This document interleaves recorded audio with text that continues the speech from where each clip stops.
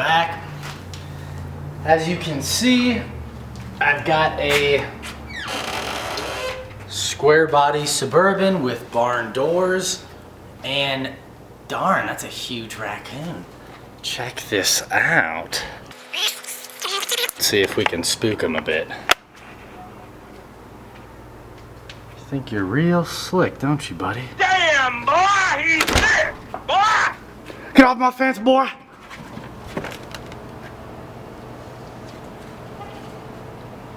Yeah, that's what I thought. That's what I thought. This is a 1991 square body Suburban, last year of the Suburbans. It's got a, well, I'll tell you all about it, but I'm gonna give you a walk around real quick. But the idea here, I picked it up for pretty cheap. I'll tell you about that in a sec. But it doesn't run. The only way it'll run is if you pour gas or starter fluid down the throttle body ignition up at the front. So it's not getting fuel. The first thing is a whole bunch of wiring issues on it. I assumed it was that, but I crawled underneath and I noticed that the fuel filter was completely missing. So it just had both ends of the fuel line kind of dangling, sitting there. And I looked in both of them and they're each caked in mud.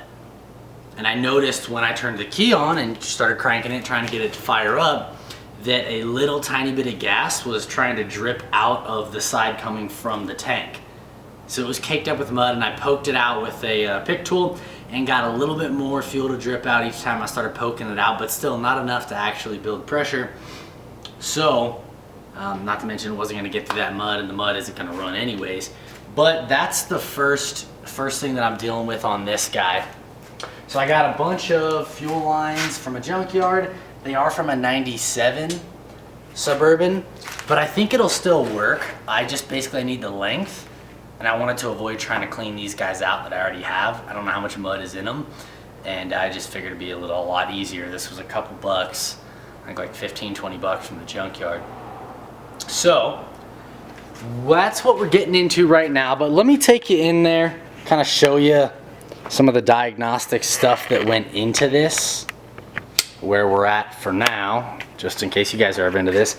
And in case you're wondering, no, I did not do this part where they just cut an access hole and bent it back.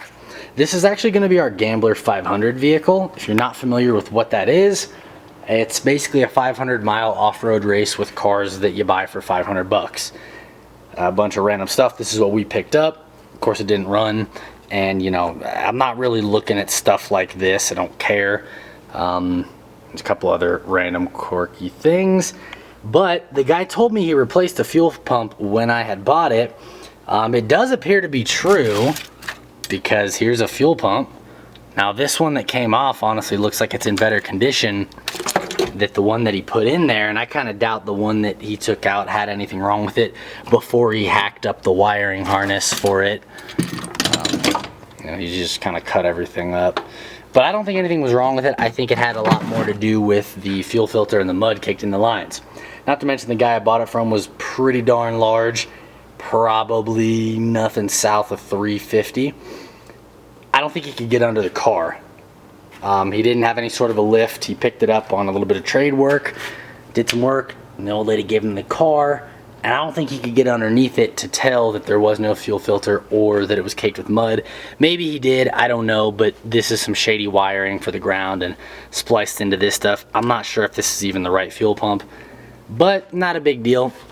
It just has this retaining clip here that you knock it out lefty-loosey, and now the whole fuel pump, it's liftable. I gotta take off these lines so I can actually lift it up. I wanna look down into the tank and make sure there's no mud or rust or anything bad, crappy in the tank, and I'll probably siphon all of the gas out that's in the tank with a siphon pump while I've got the thing open. And then let me get you underneath and show you what I was dealing with. So here's what I want to try to show you when I crawled underneath the car, the truck. This is what I saw. This is exactly how I found it. Well, it had more dirt caked in it, but this is from the fuel tank. That's going to the TBI. If we look down in here, it's not going to focus enough. And I did poke a lot of this mud out, but take my word for it, no fuel filter, and there was a bunch of mud. sitting in these lines. And there's mud everywhere, so I'm not sure exactly what had happened. Maybe the fuel filter fell out at one point and it just sucked a bunch of mud in. And that's where we're at, and that's why it died. I don't know if the fuel injectors, the little TBI guys up there, are caked with mud. I don't know yet. I gotta get fuel to them first. So this is where we're starting out with. Okay, on to the good stuff. What is the truck? It is a 1991 Chevy Suburban. I already said that. Square body, throttle body injected. I do believe it is a 454 big block. I really couldn't tell you the difference on how to tell just by looking at this guy. I'm sure if I pulled the casting number, it might tell me. But I'm going off of this pretty beat up sticker here that says, right here, 7.4 liter. I assume this is original. I don't think someone stuck this on here. But that's what I'm going off of. That's why I think it's a 454 big block. I do believe it's a 700 R4. I haven't really looked at the transmission when I've been crawling underneath there to get a good look at it, just because I gotta get the thing actually working first before I see. I did pull the fluid. Dipstick seems okay. But other than that, decent, I'd say it's decently loaded package. It's got the dual front shocks, which I always thought was kind of cool. I fixed the door already. It didn't open when I bought it. The rear barn doors don't work. I'll fix those. Steering wheel is real shaky. It's like kind of loose in the steering column, so I got to take that apart and fix it. That's basically it. The interior is pretty much trashed. I don't know if we're gonna gut it. We'll figure it out. But that's what we're dealing with right now. So that's the truck. Now I'm gonna get back into the fuel stuff. So I'm gonna break apart those lines at the fuel pump, and then what I'll probably do is hook up the new lines that I have that I know are clear, and then I'll throw the terminals back on the battery, and I will just turn the key on, pointing the other end of that line into a bucket, because I want to see what's coming up from the tank and if this fuel pump seems like it's actually priming enough pressure. This is the send line. I think this is maybe return or something, and these are like breather hoses. But this is the send line. This is what's connected to what was pushing fuel to your TBI. It's the farthest to the right, at least on this fuel pump that I could trace. So let me get those apart, and we'll see if the tank is dirty, and we'll see what'll come through those lines when I turn the key on. Okay, a little update for all 6 of my subscribers. So I figured out that the fuel pump was bad. Pulled the fuel pump, I labeled the hose so I knew which one was which when I put it back on, but I think it's pretty self-explanatory. There's only really 2 lines. The rest are breather hoses or like return vents. I think this is the send one. It's the one further to the passenger side of the truck. And then on this guy, it's the one furthest to the passenger side when everything else lines up.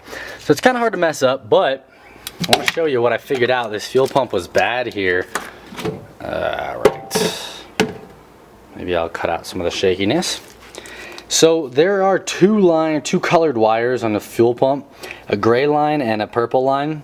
The purple, well, there's also 2 grounds that come off the top here, and they just go to ground. They're the black wires. I think one's the ground for the sending unit, one's the ground for the fuel gauge. The purple is the sending wire for the fuel gauge, what tells your dash how much gas you have. The gray is the actual hot or the positive that kicks on the fuel pump. So all I did was take an extra battery, set it right here, use little alligator clips here, and I grounded out the black wire on the battery terminal, and then I sent 12 volts power directly to this guy, the gray wire, and nothing was happening. I wasn't getting anything to kick on. I had this spare fuel pump sitting in the back of the truck that came with it, and I went ahead and tested that. I grounded out these black wires at the top, and then I sent 12 volts directly to the gray wire here, and this thing automatically kicked on. So verified that that was the correct wiring. And now I have not tested to see when I turn the key if the actual wiring from the truck on the wiring harness, that plug. I haven't checked to see if that is sending a true 12 volts, but we'll figure that one out before we put the new stuff in. Right now I just knew that I had a bad fuel pump, but I also, darn, I kind of got ahead of myself here before I showed you guys. But I think you can see down in there, you see down in there all that crud? That's just dirt, rust, debris, some metal stuff. So that's why I'm dropping the tank, and that's all throughout the bottom of everything in here in that tank. So that's, I don't know what really caused, I mean, gas tanks get crud in them from time to time, not a big deal. I still don't know why that fuel filter was unplugged. I did disconnect that line, so I have it sitting out on the bench over there, and I'll show you how I clean that guy out. And I'm gonna clean the lines to and from. I'm not gonna replace the lines because they actually look fine all the way up here. There's no dirt here. And I disconnected the fuel lines that run up to the top to the actual TBI. They go from the fuel filter to the TBI. I disconnected that, and those were clean on the TBI side of things. The side connecting to the fuel pump or the fuel filter was caked in mud.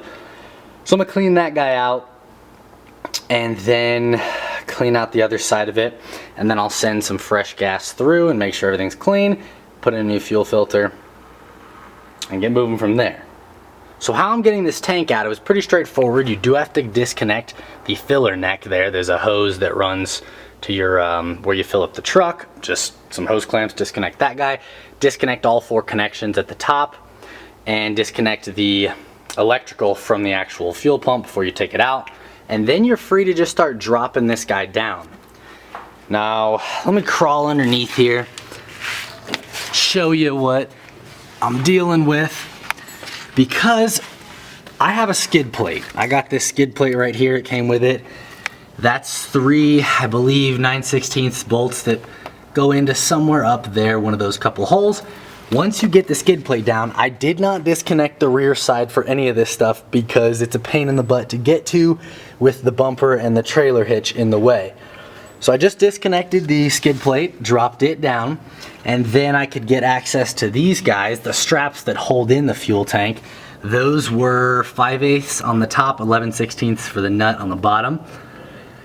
And that's all that holds it in. Once you drop that down, it'll kind of be caught up by your filler neck hose if you didn't disconnect that yet. But otherwise, you can kind of wrestle it out until it's setting right here on top of your skid plate and bumping in with the axle. I am going to try to lift the truck up now with a jack. I'm doing it from the trailer side right now. I know it's not going to bring the axle up as much as I would like, so I may have to drop it back down. If I can't get it out like this, maybe to the side or however. But that's how I'm going to do it without having to disconnect the back. And then I'm going to take this guy out, dump all the gas out, spray it out, get rid of all of the crud in there, and then I'll reinstall it, put some new gas in, and then the rest of the stuff that I said.